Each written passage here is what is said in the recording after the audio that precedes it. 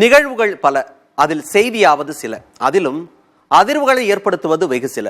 அப்படிப்பட்ட செய்திகளில் உள்ள பல கோணங்களை அலசுவதே செய்தியாளர் பார்வை. இன்றைய செய்தியாளர் பார்வையில் இணைந்திருக்கிறார் ரமேஷ்.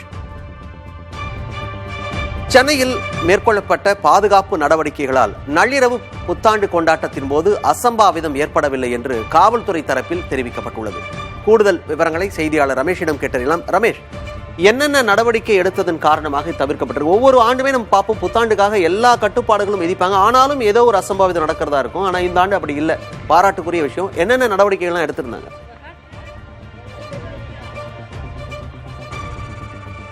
மணிமாறன், நாம் தற்போது மெரினா கடற்கரையில உழைப்பாளர் சிலை அருகே இருக்கிறோம். தற்போதும் கூட பாத்தீங்கன்னா அதிக அளவிலான மக்கள் இங்கே வருகிறார்கள். நீங்கள் பார்க்கலாம், நம்முடைய ஒளிப்பதிவாளர் சதீஷ்குமார் உங்களுக்கு காட்சிப்படுத்துறாரு. இங்கிருந்து அந்த வங்கக்கடல் தெரியக்கூடிய வரையிலுமே மனித தலைகளாகவே காட்சியளிக்கின்றன. இன்றைக்கு பாத்தீங்கன்னா புத்தாண்டு விடுமுறை நிலம், அது மட்டும் இல்லாம இந்த தமிழக பள்ளிகள்ல அரையாண்டு விடுமுறை இன்றோடு நிறைவடைகிறது. தொடர் விடுமுறை பசங்களுக்கு ஒரு 10 நாள் இருந்தது. அதனால இந்த திட்டமிட்டு பல்வேறு மாவட்டங்களிலிருந்து சென்னைக்கு லீவ்ல வந்தவங்க, குறிப்பாக உறவினர் வீட்டுக்கு வந்தவங்க என பலரும் இங்க குவிந்திருக்கிறாங்க. ஒரு பக்கம் ஜப்பான்ல நிலநடுக்கம் ஏற்பட்டு அங்க கடற்கரை ஓரம் இருக்கக்கூடிய மக்கள் எல்லாம் பாதுகாப்பாக வெளியேறுமாறு அந்த நாட்டு அரசாங்கம் சொல்லியிருக்கக்கூடிய நிலையில் நமக்கு அந்த மாதிரி எந்த ஒரு பிரச்சனையும் இல்லாததால வங்கக்கடல் ஒட்டிய இந்த மெரினா கடற்கரை இந்தியாவிலே பெரிய கடற்கரையாக சொல்லக்கூடிய இந்த கடற்கரை தமிழகத்தில் தான் 1000 கிலோமீட்டருக்கு மேல கடற்கரை, நீண்ட கடற்கரை இருக்கிறது. தொடர்ச்சியாகவே மாமல்லபுரம், இதே போன்று கிழக்கு கடற்கரை சாலையை ஒட்டிய பகுதியாக நாகப்பட்டினம், கடலூர் வரை இன்றைக்கு நம்மளுடைய செய்தியாளர்கள் கொடுக்கக்கூடிய தகவல் பார்த்தோன்னா ஒரு முக்கியமான பொழுதுபோக்கு தளமாக இருக்கிறதுனால இங்க வந்திருக்காங்க. நீங்க இது போல இந்த அசம்பாவித சம்பவங்கள் நடைபெறாமல் இருக்கிறது. சென்னையில பல்வேறு டிசிக்கள், துணை காவல் ஆணையர்கள், Triplicane DC, Mylapore DC, Adyar DC, இது போன்ற அவர்கள் ஐபிஎஸ் தலைமையில ஆங்காங்கே போலீஸ் பாதுகாப்பு, குறிப்பா கூடுதல் கமிஷனராக பிரேம் ஆனந்த சிங்கா, சிபி சக்கரவர்த்தி, சென்னை கமிஷனர் ரத்தோர் உள்ளிட்டவர்களும் பாத்தீங்கன்னா 2 நாட்களுக்கு முன்பே திட்டமிட்டு பண்ணாங்க. அதே போல traffic additional commissioner Sudhakar IPS உள்ளிட்டவர்களும் சில களத்துக்கே சில முன்னெச்சரிக்கை, இந்த குறிப்பாக ரேஸ் டிரைவிங், வீலிங் பண்றது, அது மட்டும் இல்லாம எச்சரிக்கை கொடுத்தாங்க. 2 நாளைக்கு முன்னாடி யாரும் இந்த மாதிரி ரேஸ் டிரைவிங் பண்ணாதீங்க, அமைதியா பாதுகாப்பா கொண்டாடுங்க. அதே போல நிறைய செக் போஸ்ட் அமைச்சு இந்த குடிச்சிட்டு வண்டி ஓட்டுறவங்களை கண்காணிச்சது, வேக கட்டுப்பாடுகள் ஆங்காங்கே அமைச்சது. நீங்க நேற்று கூட ஈசிஆர் ரோட்ல பார்த்தோம், நம்ம லைவ்ல பார்க்கும்போது ஒரு 15 இடத்துல சிறப்பு அந்த தடுப்புகள் எல்லாம் போட்டு அங்க போலீஸ் செக் பண்ணி வேகமா ஒரு 60 கிலோமீட்டர் வரவங்க டக்குன்னு ஒரு ஸ்பீட் பிரேக்கர் இருக்கும்போது நிச்சயமா அவர்களுக்கு ஒரு அந்த சோதனை இருக்கும்போது வேகம் குறையும். இதனால பெரிய அசம்பாவித சம்பவங்கள், பல்வேறு ஸ்ட்ராட்டஜியை யூஸ் பண்ணாங்க.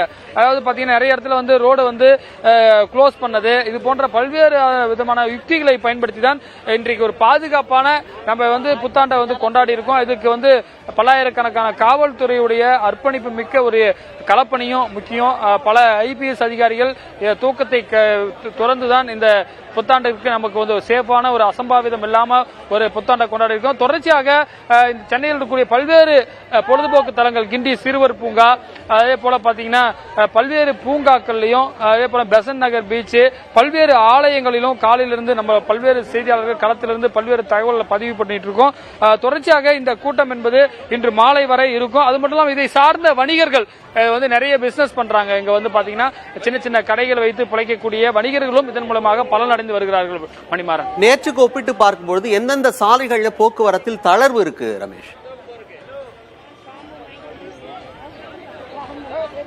நிச்சயமாக இந்த காமராஜர் சாலையிலேயே தளர்வு ஏற்பட்டிருக்கிறது. அதே போல மெரினாவை ஒட்டிய இருக்கக்கூடிய பகுதியில், அதே போல பாத்தீங்கன்னா திருவான்மியூர் அந்த ஈசிஆர் சாலைகள் ஒட்டிய பகுதிகள் என பல்வேறு பகுதிகளும் தளர்வுகள் தற்போது கொடுத்துட்டாங்க. இந்த கூட்டம் என்பது கலைய ஆரம்பித்திருக்கின்றது. பார்க்கலாம், கலர்ஃபுல்லா புத்தம் புதிய ஆடைகளை அணிந்து நீங்க பார்க்கலாம். அவர்கள் செல்லக்கூடிய காட்சியில தான் நம்முடைய ஒளிப்பதிவாளர் சதீஷ் உங்களுக்கு காட்சிப்படுது. இது ஒரு பகுதி தான், நம்ம உழைப்பாளர் சிலைகிட்டு இருக்கோம். இதே போன்று கிட்டத்தட்ட ஒரு 2 கிலோமீட்டர் ஸ்கெட்ச் இருக்கு. லைட் ஹவுஸ் வரலுமே இதே கிரௌடு நீடிக்குது.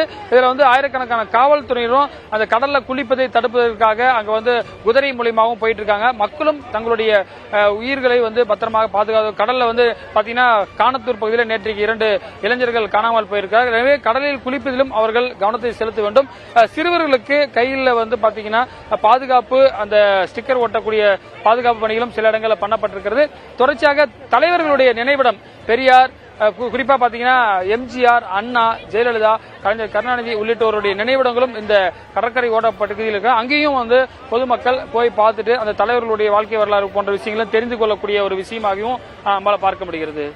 மகிழ்ச்சியாக ஆரம்பிக்கும் புத்தாண்டு கொண்டாட்டம் மகிழ்ச்சியாகவே நிறைவடைய வேண்டும் என்பதற்காகத்தான் காவல்துறையினர் பல்வேறு கட்டுப்பாடுகளை விதித்திருக்கிறார்கள். அவர்களின் பாதுகாப்பு அவசியம் அப்படின்றத காவல்துறை புரிஞ்சிருக்காங்க. இதை மக்களும் உணர வேண்டும் அப்படின்றத நம்மளோட நோக்கம். விவரங்களை கொடுத்தமைக்கு நன்றி ரமேஷ்.